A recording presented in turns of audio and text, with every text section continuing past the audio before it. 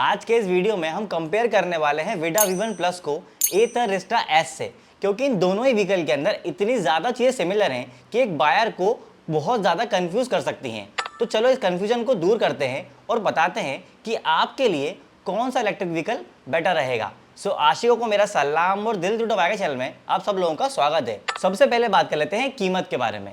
एथर Rizta S का जो ex showroom price है वो है 1,10,000 रुपये, और अगर आप प्रो पैक लेते हो तो उसके लिए आपको 13,000 रुपये एक्स्ट्रा देने होते हैं।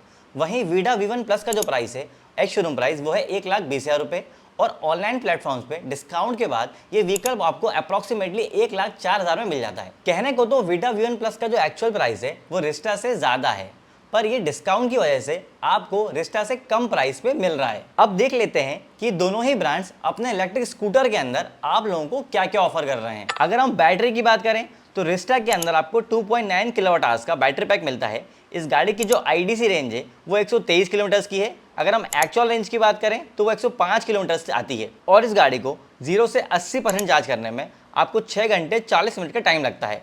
वहीं विडा के अंदर आपको 3.44 किलोवाट आवर्स के दो बैटरी पैक मिल जाते हैं। इसकी जो IDC रेंज है वो 143 किलोमीटर की है। अगर हम एक्चुअल रेंज की बात करें तो वो 100 किलोमीटर के आसपास मिल जाती है। इस गाड़ी को 0 से 80% चार्ज करने में आपको 6 घंटे का समय लगता है। अब अगर हम बैटरी के ऊपर इन दोनों व्हीकल को कंपेयर करें तो विडा के अंदर आपको एक ज़्यादा बड़ा बैटरी पैक मिल रहा है, और साथ ही आपको विडा के अंदर एक और एडवांटेज मिल रहा है कि इस गाड़ी के अंदर आपको रिमूवेबल बैटरी का ऑप्शन दिया हुआ है। लेकिन कमाल की बात यह है कि विडा के अंदर बड़ा बैटरी पैक होने के बावजूद भी इन दोनों गाड़ियों की जो एक्चुअल रेंज है वो लगभग सेम है। अब अगर चार्जिंग टाइम की बात करें तो विडा का जो चार्जिंग टाइम है वो रिस्टा के मुकाबले कम है, लेकिन दोनों ही व्हीकल के पोर्टेबल चार्जिंग टाइम में कोई बहुत ज़्यादा बड़ा डिफरेंस नहीं है। इसके अलावा दोनों ही व्हीकल्स फास्ट चार्जिंग का ऑप्शन देते हैं। अब विडा और एथर दोनों के ही फास्ट चार्जिंग नेटवर्क पे इन दोनों के इलेक्ट्रिक व्हीकल को फास्ट चार्ज कर सकते हो, और उसकी वजह यह है कि दोनों ही कंपनीज के फास्ट चार्जिंग नेटवर्क को लेके टाई अप ऑलरेडी हो चुका है। तो ये बात तो क्लियर है कि दोनों ही व्हीकल के अंदर आपको बैटरी परफॉर्मेंस ऑलमोस्ट सेम मिलने वाली है। जो एक्चुअल डिफरेंस है वो इन दोनों व्हीकल के बैटरी टाइप में है। रिस्टा के अंदर आपको फिक्स बैटरी का ऑप्शन मिलता है, जबकि विडा V1 प्लस के अंदर आपको रिमूवेबल बैटरी का ऑप्शन दिया हुआ है। रिमूवेबल बैटरी के ऑप्शन होने की वजह से आप विडा की बैटरी को निकाल के कहीं भी ले जाके चार्ज कर सकते हो। तो सिर्फ ज्यादा चार्जिंग ऑप्शन होने की वजह से यहाँ पे विडा को एक एडवांटेज मिलता है। अगर हम मोटर की बात करें तो रिस्टा के अंदर आपको 4.3 किलोवाट की PMSM मिड ड्राइव मोटर मिलती है। इस गाड़ी की जो टॉप स्पीड है वो 80 किलोमीटर पर आवर है। 0 से 40 जाने में से 4.7 सेकंड का टाइम लगता है, और इस गाड़ी की जो ग्रेडेबिलिटी है वो 15 डिग्रीज की है। वहीं विडा के अंदर आपको 6 किलोवाट की PMSM साइड माउंटेड मोटर मिलती है। इस गाड़ी की जो टॉप स्पीड है वो 80 किलोमीटर पर आवर है। 0 से 40 जाने में से 3.4 सेकंड का टाइम लगता है, और विडा की जो ग्रेडेबिलिटी है वो 20 डिग्रीज की है। भाई मोटर की कैपेसिटी में एक बहुत बड़ा डिफरेंस है। विडा के अंदर आपको एक ज़्यादा पावरफुल मोटर मिलती है, और ये चीज़ इस व्हीकल के एक्सेलरेशन और ग्रेडेबिलिटी के अंदर साफ देखने को मिलती है। और इसकी वजह सिर्फ मोटर का पावरफुल होना नहीं है, मोटर के सेटअप का भी बहुत बड़ा हाथ है विडा की परफॉर्मेंस के पीछे। साइड माउंटेड मोटर का सेटअप एक एडवांटेज देता है विडा को, जिस वजह से इसकी परफॉर्मेंस और ज्यादा उभर के दिखाई देती है, जबकि एथर ने रिस्टा की मोटर को फैमिली स्कूटर होने की वजह से और ज्यादा अंडर पावर कर दिया है। तो मोटर के मामले में नो डाउट विडा V1 प्लस एक ज्यादा बेटर ऑप्शन है। अब चलते हैं कर्व वेट की तरफ। रिस्टा का जो कर्व वेट है वो 119 किलो है, जबकि विडा का जो कर्व वेट है वो 125 किलो है। अगर हम बिल्ड क्वालिटी की बात करें तो दोनों ही स्कूटर्स की बिल्ड क्वालिटी में कोई बहुत बड़ा डिफरेंस नहीं है, क्योंकि दोनों ही ब्रांड्स आपको फाइबर बॉडी ऑफर कर रहे हैं। लेकिन चेसिस को लेके रिस्टा के अंदर एक एडवांटेज होता है, क्योंकि रिस्टा के अंदर आपको एल्यूमिनियम स्टील चेसिस मिलती है। वहीं विडा के अंदर रिमूवेबल बैटरी पैक होने की वजह से इस गाड़ी का जो वेट है वो बढ़ जाता है, क्योंकि एक बैटरी का जो अप्रोक्सीमेट वेट है वही 10 kgs का है। लेकिन चलाते समय दोनों ही स्कूटर्स का जो वेट है वो आपको पता नहीं लगता है। तो चेसी की स्ट्रॉन्ग बिल्ड क्वालिटी होने की वजह से यहाँ पे रिस्टा एक ज्यादा बेटर ऑप्शन है। अब बात कर लेते हैं बूट स्पेस की।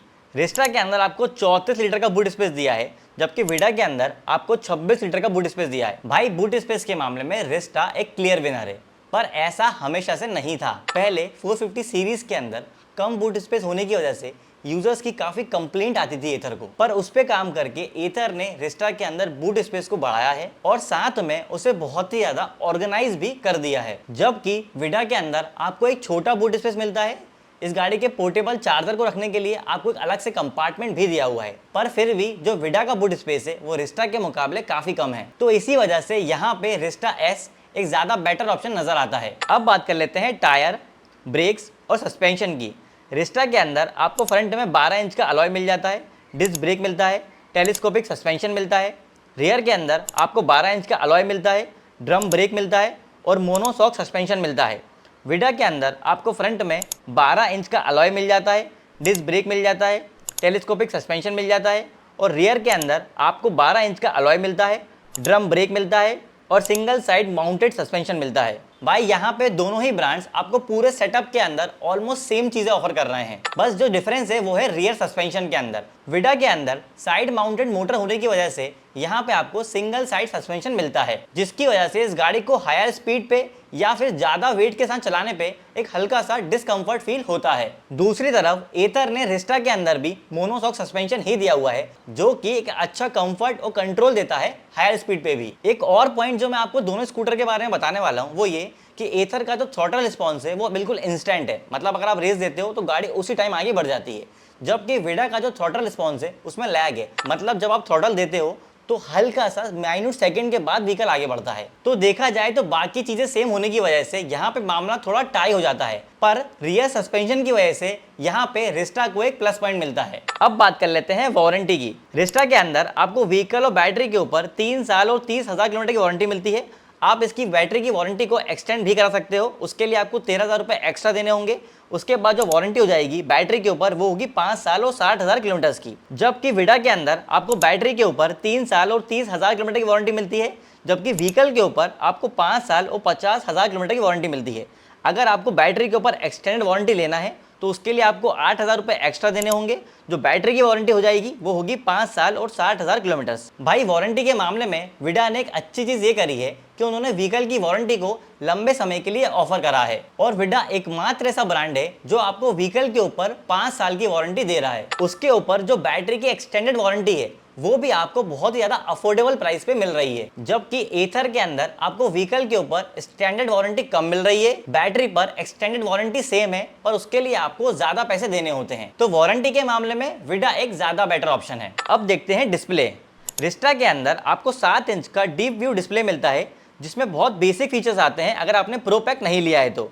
अगर आप प्रो पैक ले लेते हैं तो उसके बाद आपको कुछ एडवांस फीचर्स मिल जाते हैं, जैसे कि auto hold, vehicle fall safe, emergency stop signal, internet और Bluetooth, turn by turn navigation, tow and theft notifications और एलेक्सा स्किल्स। वहीं विडा के अंदर आपको 7 इंच का टच स्क्रीन डिस्प्ले मिलता है, जिसके अंदर आपको turn by turn navigation, Bluetooth, park assist और क्रूज कंट्रोल मिलता है। देखो, अगर आप रिस्टा के अंदर प्रो पैक लेने का प्लान नहीं कर रहे हो तो आपको विडा एक ज़्यादा बेटर ऑप्शन लगेगा, क्योंकि आपको विडा के अंदर टच डिस्प्ले मिलेगा और आपको क्रूज कंट्रोल और नेविगेशन जैसे फीचर्स भी मिल रहे हैं। लेकिन अगर आप रिस्टा को प्रो पैक के साथ लेते हो तो आपको नो डाउट बहुत ही ज़्यादा इनोवेटिव और एडवांस फीचर्स मिल जाएंगे। लेकिन ध्यान रहे कि प्रो पैक लेने के बाद भी रिस्टा के अंदर क्रूज कंट्रोल का फीचर नहीं आएगा। तो इनोवेटिव फीचर्स होने की वजह से यहाँ पे रिस्टा एक ज़्यादा बेटर ऑप्शन लगता है। अब बात कर लेते हैं दिल टूटा बाइकर के कंक्लूजन की। अगर हम बात करें प्राइसिंग की तो नो डाउट विडा एक ज़्यादा बेटर ऑप्शन है, क्योंकि इसके अंदर आपको डिस्काउंट होने की वजह से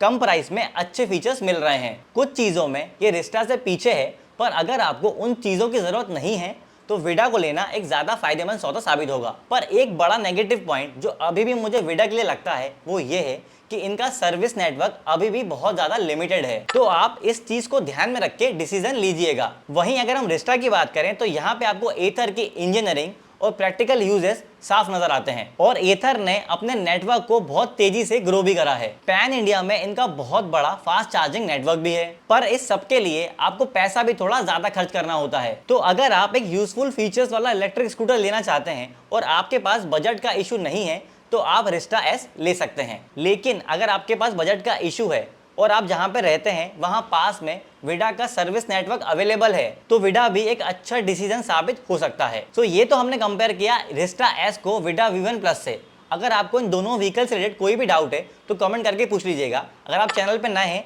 तो चैनल को सब्सक्राइब कर दीजिएगा, क्योंकि दिल टूटा बाइकर आपके लिए ऐसे ही डिटेल वीडियोस लाता रहता है।